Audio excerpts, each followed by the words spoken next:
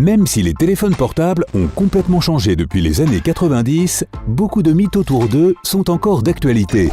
Plus l'appareil du téléphone portable a de mégapixels, meilleures sont les images obtenues. Plus l'écran du téléphone est sombre, mieux c'est pour tes yeux. Recharger toute la nuit le téléphone peut nuire à la batterie. Les smartphones peuvent même flotter. Ah non, je l'ai inventé celle-là. Quoi qu'il en soit, beaucoup d'idées fausses tenaces circulent sur les smartphones. Alors faisons le tri dans tout ça. Numéro 1. Les téléphones portables peuvent créer un incendie dans une station essence.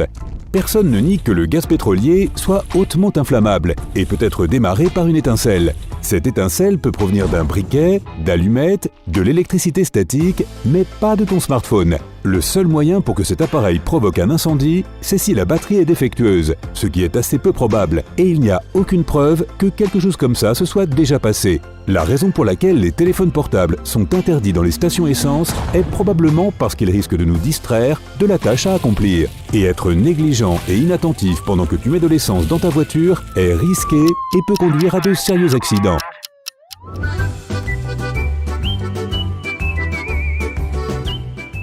Numéro 2. Recharger un smartphone pendant la nuit endommage l'appareil.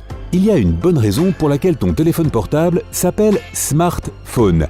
Grâce à la protection intégrée, il sait quand il est censé s'arrêter de charger. Et s'il y a 10 ans, trop recharger le téléphone pouvait en effet endommager la batterie, tu n'as plus besoin de t'inquiéter d'un tel problème aujourd'hui. Numéro 3. Si tu fais tomber ton smartphone dans l'eau, mets-le dans du riz. Beaucoup de gens pensent que les grains de riz attrapent l'humidité et vont absorber toute l'eau des coins et recoins d'un téléphone trempé. Mais voilà le problème. Le riz n'élimine pas n'importe quel liquide juste comme ça. Pour absorber l'eau, les grains de riz doivent être en contact direct avec elle. Encore pire, quand l'amidon du riz se mélange avec le liquide, cela produit une pâte qui peut endommager l'électronique fragile de ton smartphone. Des expériences ont montré qu'après 48 heures, le riz n'avait réussi à absorber que 13% de l'humidité du téléphone. Au moment où les appareils seraient complètement secs, si cela arrivait, la corrosion aurait déjà endommagé l'électronique fragile à l'intérieur. Donc ce que tu pourrais obtenir de mieux, ce serait un smartphone sushi. Mais j'ai du mal à imaginer que ça ait bon goût.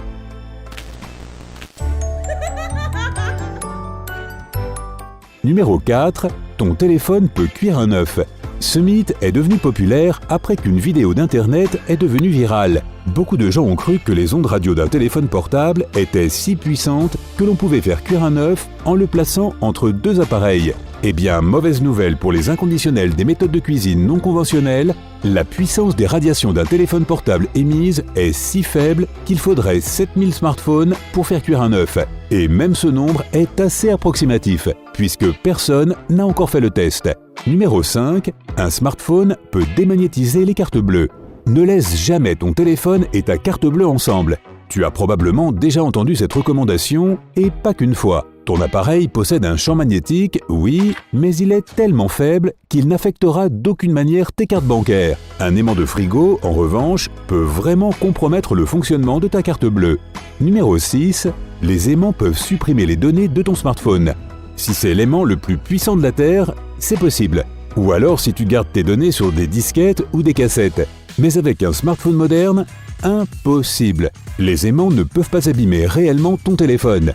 Il y a même plusieurs petits aimants à l'intérieur de ton appareil utilisés pour des fonctions spécifiques. Les téléphones actuels possèdent un disque dur qui n'a pas besoin de magnétisme pour stocker les données. Ce que l'aimant peut faire, c'est interférer avec la boussole de ton téléphone. Tu peux penser « Ok, je n'en ai pas besoin de toute façon ». Mais ensuite, toutes tes applications de navigation, comme le GPS et toutes les sortes de cartes, ne seront pas capables de déterminer ta position et les applications de jeu ne vont pas comprendre non plus l'orientation de ton téléphone. Numéro 7. Il faut laisser la batterie du téléphone se vider complètement avant de le recharger. Une des pires choses que tu peux faire à la batterie de ton téléphone, c'est de continuer à la vider. Chaque batterie en lithium-ion a un certain nombre de cycles de charge, ce qui fait fonctionner la batterie de 100 à 0%. Les batteries des téléphones modernes ont entre 400 et 500 cycles. Et si tu laisses ta batterie se vider tous les jours, ton téléphone ne durera jamais plus d'1 an et demi. Certains experts recommandent de vider totalement la batterie seulement si ton appareil arrête de fonctionner à 20% de charge. Le fait de vider la batterie pourrait t'aider à recalibrer son capteur de niveau. Numéro 8, plus il y a de mégapixels, plus les photos obtenues sont belles.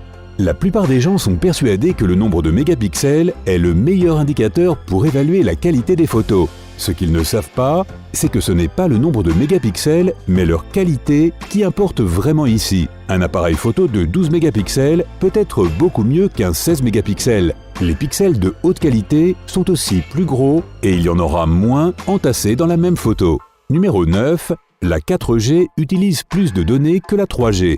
Comme la connexion en 4G est plus rapide, la plupart des gens croient qu'elle utilise plus de données.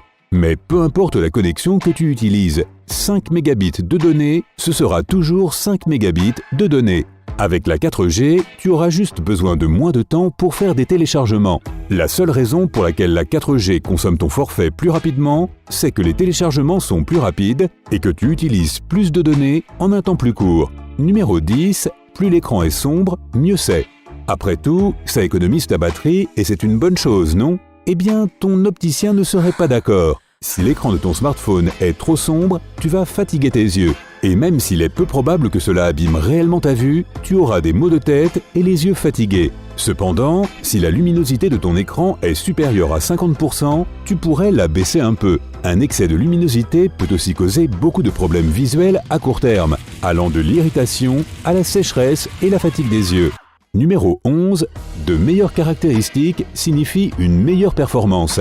Quand tu achètes un nouveau téléphone, tu t'attends à avoir un appareil plus performant, rapide, avec une batterie qui dure longtemps et d'autres avantages. Mais en réalité, même si le téléphone a plein de qualités sur le papier, sa performance peut ne pas être si satisfaisante, en fonction de la compatibilité de ses applications, de la qualité de la construction et d'encore d'autres facteurs. Numéro 12, les smartphones émettent des radiations dangereuses. Les téléphones modernes émettent des ondes électromagnétiques. Ce sont les mêmes ondes qui font que ta radio fonctionne. Les radiations électromagnétiques que ton smartphone émet sont sans danger pour toi. Ceci a été prouvé par des centaines d'articles publiés. De fait, l'inquiétude sur les radiations de téléphone place le sujet parmi les plus recherchés sur Internet. Numéro 13, si tu passes un appel pendant que ton téléphone est en charge, il pourrait prendre feu. On a rapporté plusieurs cas où les téléphones ont commencé à prendre feu à cause de batteries de mauvaise qualité, de chargeurs d'occasion bizarres et globalement de méthodes de chargement douteuses. Par exemple, essayer de charger un téléphone à partir de lignes à trop de tension. Si tu as des batteries et des chargeurs d'origine, utilisés comme il se doit, tu peux utiliser un téléphone en charge comme tu le souhaites, y compris pour passer des appels avec. Cela prendra juste plus de temps au téléphone pour se charger, c'est tout. Numéro 14, plus ton téléphone a une bonne batterie, plus il tiendra longtemps.